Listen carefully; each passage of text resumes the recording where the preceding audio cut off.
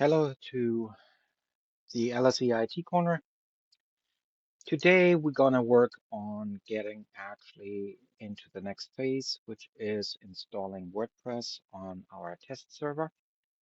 So we're back on the Atlanta server, and if you have not followed so far my video series, go back to the first, second, and third video where I pretty much lay out the start of it, how to secure your server, how to spin up with Kamatera, a VM.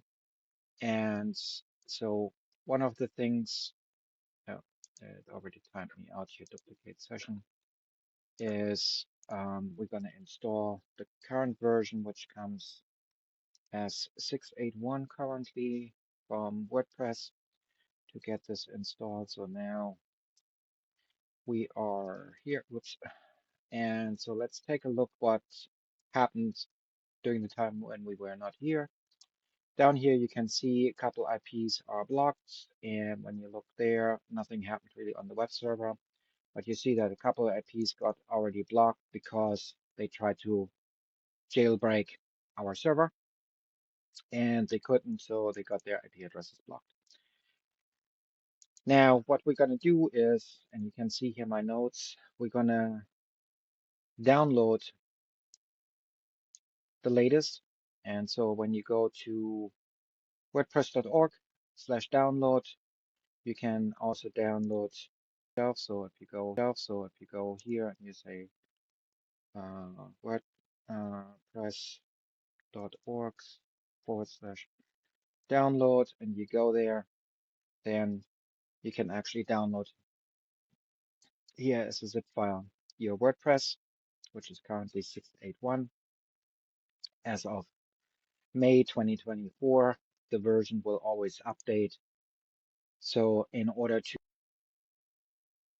the documentation, what we're going to do is that we just download in temp quickly the software. So what we're going to do is we're going to copy this link here, which always downloads us the latest version of WordPress right now. We just do this, have it downloaded, and then we need a couple things to install. So install, you can do multiple things. MC is a good one to manage when you start working on Linux. It's called Midnight Commander.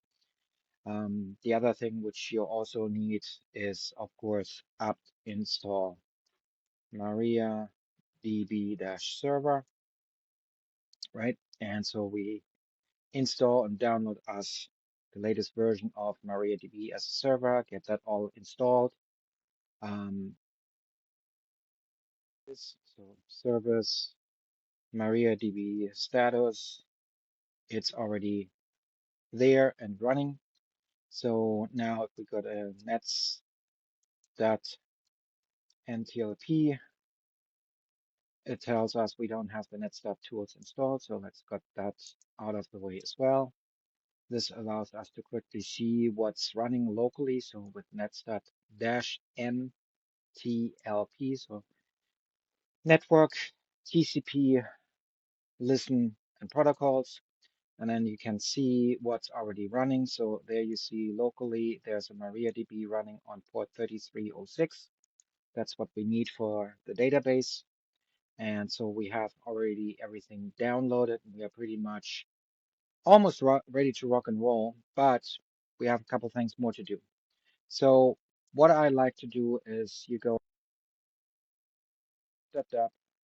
HTML, there's your page. That's the page you see when you go to your NGINX. So leave it as it is, right? And just remove it with F8 or RM if you're on command line. And double click here. There you are on WordPress. Go into the WordPress and leave it for a second just to double check. Okay, that we got the right folder. There it is. Alrighty, sorry for that. So once you have it unzipped, as you can see there, so your content, you just hold down your insert key and copy everything with F5. out of the zip file and let it copy over. Once it's copied over, then we continue with the setup. What we can do already in the meantime, while this is doing it, we do a duplication of the session. We log in again to the server, and we're going to install us PHP because we need some PHP. So apt search PHP, we need at least 7.4. Let's see what PHP we're going to have here. I'm going to print us everything out with PHP. I want to see what we have. We have an 8.3 version here available. We have a couple other plugins here, 8.3. We have, let's see what the default version would be. PHP doesn't show us exactly here what version it is. So let's scroll a little bit further up to see what the original PHP would come as. It's most likely a 7.4. Let's see if we can see it. Some older versions, some standard packages here. I don't see anything super standing out. So let's see that we get us an 8 version installed. An 8.3 looks to be good. And let's get that version installed. So we say apt install 8.3, and it picks all the packages related to it. We just do the default, let it install, and we are off to a very good start. 8.3 common is installed as well. Creates the configuration files, and let's run it to the end because I'm going to show you a couple of things which I like to do. Not everybody does, but I do like to have, okay, I was looking for an Apache service. We don't use Apache, so that's failed. That's good. So now we look at service, PHP. We don't have anything there. Okay. So now we look what the PHP is missing. We don't want Apache to be installed. So we just want PHP installed and nothing with it. So now we're looking quickly. 8.3 common is installed. So we go into etc PHP, right? Version 8.3. So we do a CD to that folder, ls to it. And as you can see, there's a couple things installed, but what's missing is the FPM. So one other version which I like to have is the FPM. So let's see if that one comes right away. There's the FPM. Because with the option of FPM, you can run a PHP as its own daemon and don't have to rely on something like the Apache when you want to run everything on NGINX, for example. So let's take a look again. Okay, now we have FPM here. We look into FPM. We have a FPM configuration and everything. So now we go back into configuration, and to see what we can do, we have the configuration pool here, but we also have the pool configuration. That's the important one. In here, let's see, we use MC just for simplicity. There's the information for logging and whatnot. So one thing I also don't like is that by default, it logs everything into var log directly. So what I prefer is to have it actually into its own subfolder, so /php and then whatever it is. So let me just save that already. What we're gonna do is we go into var log here quickly, var log, and we do here mkdir php. Now we have a PHP folder there. I'm not worried about the user rights right now, but you have to get the user rights correctly for it to write into it, because I don't like it to be writing in here directly into my main folder like there, because why I don't have NGINX running in a separate folder, have everything else in proper folder structure. So why is this in the main folder? So not a fan of it. F8, quickly get rid of it. Let's go over and go back in here. So we're looking for something with F7/var/log. There's the first one. F7 again, nothing else. Okay, so it doesn't do anything else. It loads the pool and everything else from the subfolder structure, and that's exactly where we're gonna go here. The var run PHP will leave in place as is. So now we go into our default web server configuration. In here, we have two things. We're gonna see what it's running under. So there we see it's www-data for both. So that's also how we're gonna grant them the user rights for PHP in var log. I'll show you that in a second, how to do that. And once that is done, then it starts writing there correctly. Now we're gonna look into listen and owner, listen and group. All that is all correct. Allow listening, all correct. I'm not so important about all that. And so now we're gonna look down here. Dynamic, children, how many servers to start, that's all default. So in here is another folder where you have var log, you see it. So that's almost all the way down there. So here you just have to make sure you put their PHP back in.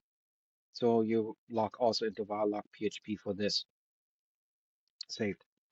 Now you go back up and you see that you have with the www pool name, you want to run it somewhere where you say, okay, I want to run it. Where is it? Here it is, right? So look here with IP address and port, you can run it onto whatever you want. So I want mine to run on something else other than the socket. I want to have a port which runs local so that I can run it against it, but I can also put it onto an internal IP address or something so I can access it from other web servers as well, but not from the public. So you can limit that. That's where you have the firewall back in place with UFW. You can say which port is accessible from the external side. So it's not a problem that you run it right now here. So let's get this out. Say listen equal, and then you say the port. Oops, port 9000. Okay. So now we have it running on port 9000. You can run it on any other port. You can run it on 3000, any undefined port you can run it on.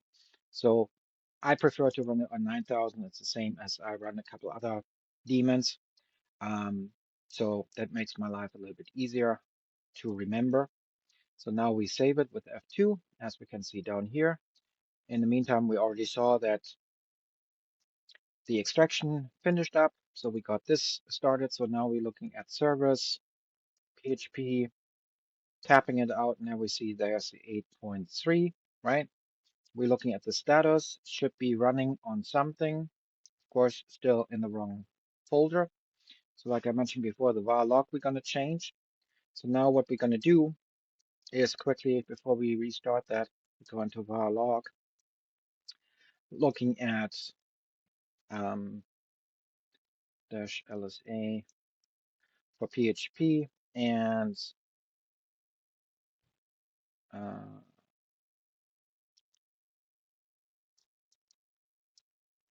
sorry, sometimes I screw myself with the way I'm trying to do things. So here it sets right now under root, and that's not what we want. We want it like the web server, the NGINX is running too. So NGINX, runs differently, right? But we know that there we can change that. So what we can do is chown space user column group. PHP, the folder. Boom. So now when we go back, you can see it's already set correctly. So now that folder is correctly set, and we don't have to worry about that type of thing. But we have one more thing to do before we're going to restart the service. And that is our log rotation. So in etc log rotate, there are a couple files. And as you can see, there's MariaDB here, there's NGINX, but there's also your PHP. So that one you want to adjust as well. So we can do an MC edit onto this file. We can use a nano, we can use a vim or vi. It's really up to you, but here you can see all we have to do is /php, and everything else will leave the same way. So what it does is it does logging here, log rotates 12, weekly, missing OK, and so on and so on. What we also can say is, oh, we want to rotate all of them in here, not just that one file. So we set it to star dot. And we can say we want to rotate weekly or we want to do daily. Weekly is fine for now. If you have a lot of volume, then you might want to change it, but then you would also have your rotation, not 12 months. But if you do days, then I would say 90 days, 180 days, something around. So that's where it comes into play. So now we have that done. So now we can say service PHP 8.3 restart. Okay, so now we have that started, and we bring back the status, and it's good. So if we go into var log PHP now, and there it's starting actually to log correctly, no longer down in here. So you don't see anymore any PHP in here because there's your PHP folder. Sorry for the coloration, but there's your PHP folder, right? And no more PHP files in here. So that is covered. You're done here. We're good.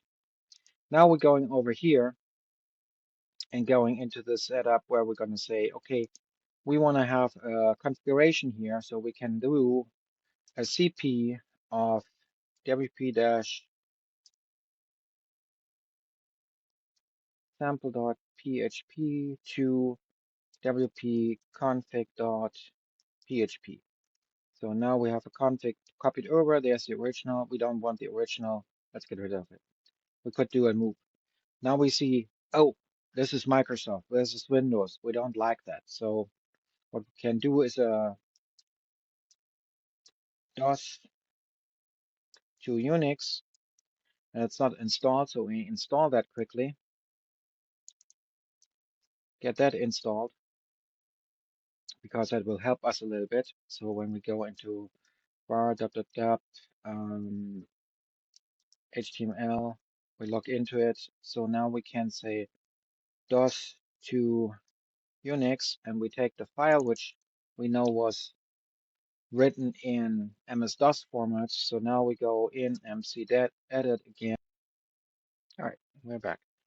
So now we have a situation where we have to add and copy a lot of data. So MC edit is not the best way.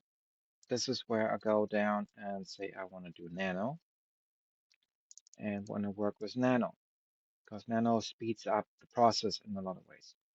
So here we see, for example, one thing which we have to do, which is to get keys generated. And you see already here, hard to see, but there is your salt key generator. And you can go over to the API link and you just call it, and then you get that whole section. And that's why I was saying, you just copy this whole thing. You go over into MC, right click, and there's your whole key. Now, this is a test installation, so don't even worry about the keys on this one to copy, to hack it. But with Control K now, you can delete the lines and you have your proper salt already pre-configured. So that's number one. Number two is you want to get your setup here correctly. for the database. So what is a database? So we're gonna say this is WordPress. There's the WordPress admin, and we set a password here, which is WP dash M1N as a password, and we have it set. I'll change the password after this video so that we have something better here, secure.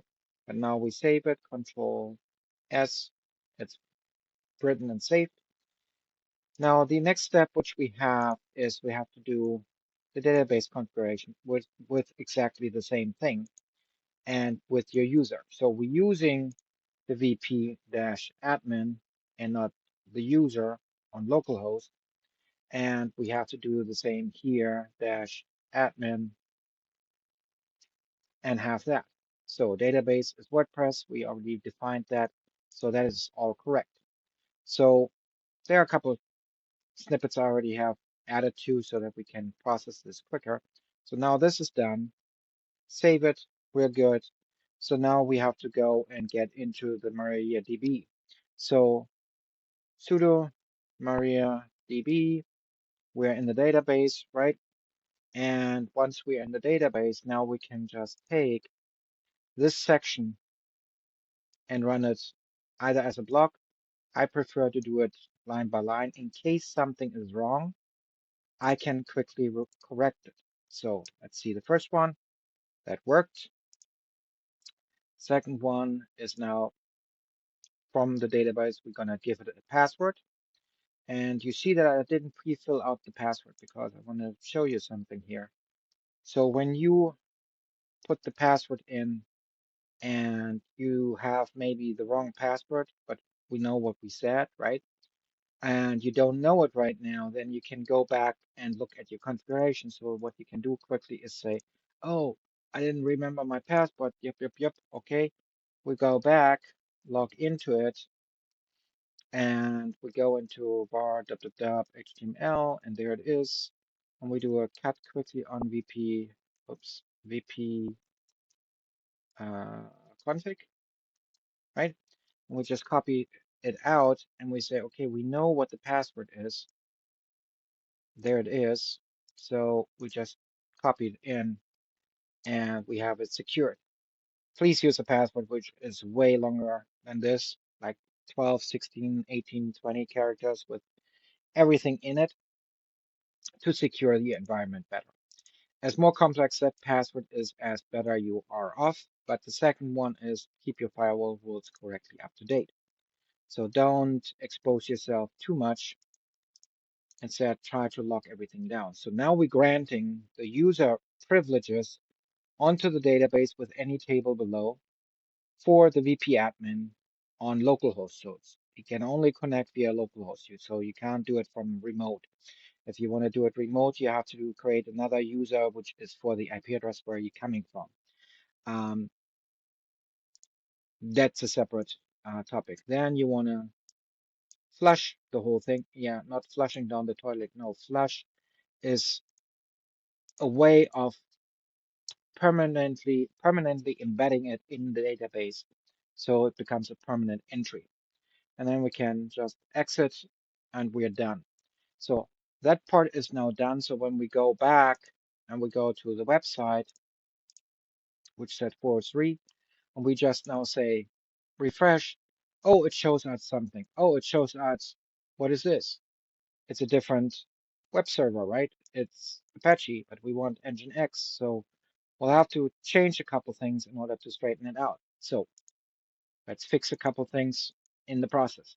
So we go into etc NGINX, and in NGINX we have CD sites available or enabled. So in this case, we want to see what's enabled right now. And we nano this, it's called default.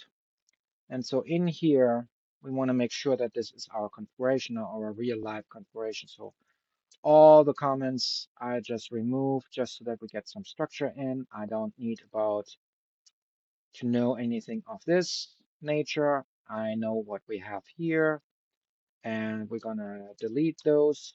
I'll show you why. Then we have here a lot of location default. I'm gonna delete that as well.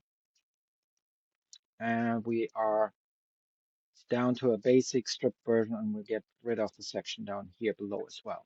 So server name, we leave it undefined right now. That's what the underscore means. But we have here listen on port 80, listen on port 80 for IP version 6 as a default server, and that's the bottom line. What we now need is our section of the new configuration, which we need to copy over. So I go through it as we copy it now in. So now we designed and configured that this for index uses PHP, the index HTML, and the HTML. Location, what we got rid of, now for everything default, do this and argue PHP and put the arguments behind it. So the next one is how we're going to handle all our PHP. So as we talked about earlier, we have snippets for the fast CGI PHP config, and we have right away as set as localhost port 9000, because remember we just did that earlier. And then we have a couple other things which we just generally want to deny. Okay, there we go. Save, exit, good. But now we remember, hey, wait a second. We just looked at the first page and I was showing us something Apache. What happened here? Service, and now you can say, okay, NGINX, what's the status on it? Oh, it's running actually. Okay, is it really NGINX serving up or what is it? Again, netstat-ntlp. Now you can look here quickly. Port 80 is NGINX. So, phew, it's not an Apache running. It's actually your NGINX still running. So now we got that restarted, but now we have to restart also our service for the NGINX with, I do a restart just to be on the safe side. Now when we go back, and now we're going to reload, we should see something different. There you go. Now we see, oh, perfect. We got everything in.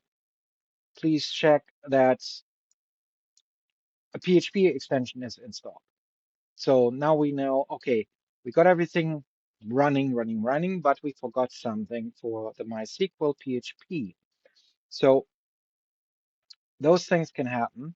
There are a couple things you can do in order to avoid it. What you can do is, one, you can go over and bring up your ChatGPT without logging in, and you say, I tried to install WordPress on Linux and needs MariaDB.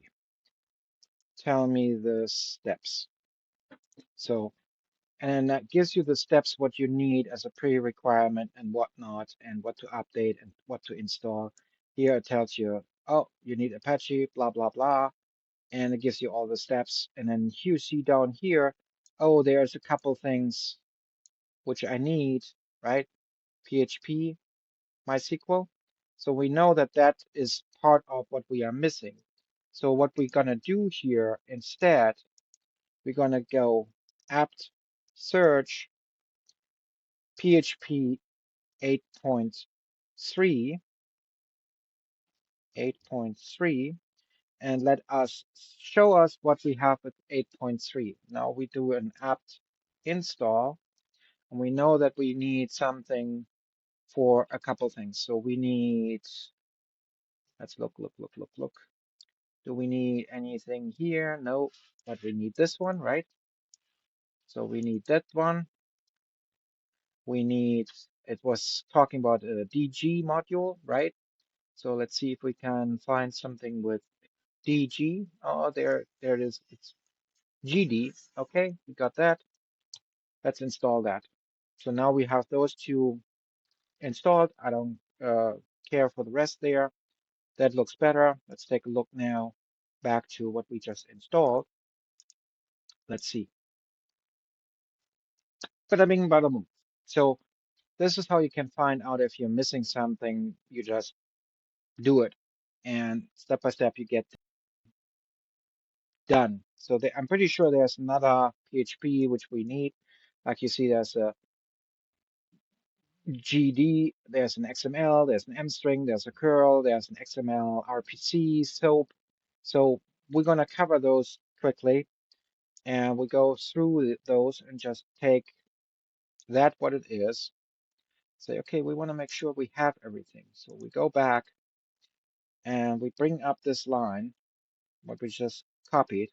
We say, okay, we thinking it is an 8.3 and it's in the 8.3, so we just translate it over to an 8.3, and we do here an 8.3, and we do here an 8.3 as well, and an 8.3 as well, and an 8.3 as well, and an 8.3 as well here. And then we say yes to accept it already, and it just installs all those packages. So every now and then when you're using ChatGPT, it actually can help you speed up the process. So don't be afraid to use it. Once you have it used and you ran everything, then everything is okay. So let's restart everything here quickly. Now we give it a site title called marketing, and we put username in. That is me. I'm gonna put a password in. Uh, so uh, test 1, 2, 3, 4, 5, 6, 7, 8, 9, right? And to make it a little bit harder, we can say something else. We can hide it. So I can put actually a real password in, and then we get it. So then I put my email quickly in.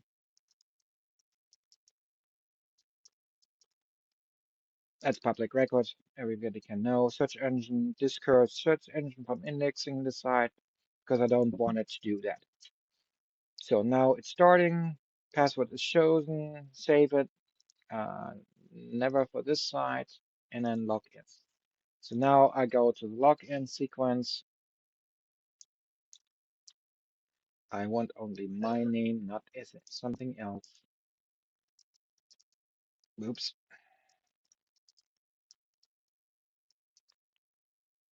And we are in it. So WordPress is there, and then we can also say, hey, right click, new tab, marketing. There we go. Now we have it up and running, and you can pretty much go from there. So this is what we needed to get done in order to get, as a recap, to get NGINX configured, right? So we got fast CGI with FPM for PHP 8.3 installed and configured. We have it listening on port 9000. So when you go back here and you look at net start-ntlp, we see that there is a couple things running. So we see here is 3306, which is our database. And we also see that also our port 9000 is running for the PHP FPM. So that's all there is to it. And we know from the UFW status numbered, it's not exposed to the public. So even you have it running locally accessible as a 9000 port, or here locked down to be a local port 3306, you still can't access it from the public because the firewall is preventing from you getting access to it. So that's why it's important to always lock your system down. That's why it's important that you have your fast to fail and everything else on it. So now we have things configured. So now in the next video, we're gonna go into detail to get a couple plugins in, make the site a little bit more usable, user-friendly, and then we're gonna start diving into a couple plugins which are very helpful when you want to do some coding and programming and do some social interaction then later on with that website into any of the make tied in Facebook, Instagram, Pinterest, X, which is discontinued because they changed the policies. But I'm going to show you guys in the following videos ways on how you can automate your social media posts, schedule and coordinate and sort them, and even alert yourself about it if something was posted through scheduling process. So there's a lot more to come. Um, Also, we're going to dive a little bit into Node.js. We're going to run a Node.js here as well on this server on a very similar port, 8000, which is going to be running there. So we got a lot of different things running, but everything is very slim, very agile. So you don't have to worry about things being so over complex. I'll share the code so that you can simply copy and paste it. I'll post it even on the website later on in the subsection so that you can access there all the source configuration and configure your own based on that. So thanks again for watching. Please like and subscribe to this video and to this channel. There's a lot more coming. If you come over here from a different channel, you're more than welcome. If you have suggestions or questions or want things answered, please feel free to leave things in the comment section. And if you're not really into IT, but other things technology wise, please ask. I cover a lot. I have another channel as well, which is LSE, where we cover a lot more mechanical stuff like car repair, solar stuff, welding, and sort of things. Um, and there's more coming also out of the engineering and then later on out of the 3D engineering, because I have also a 3D company which does do 3D printers. So thanks again, guys. Have a good one.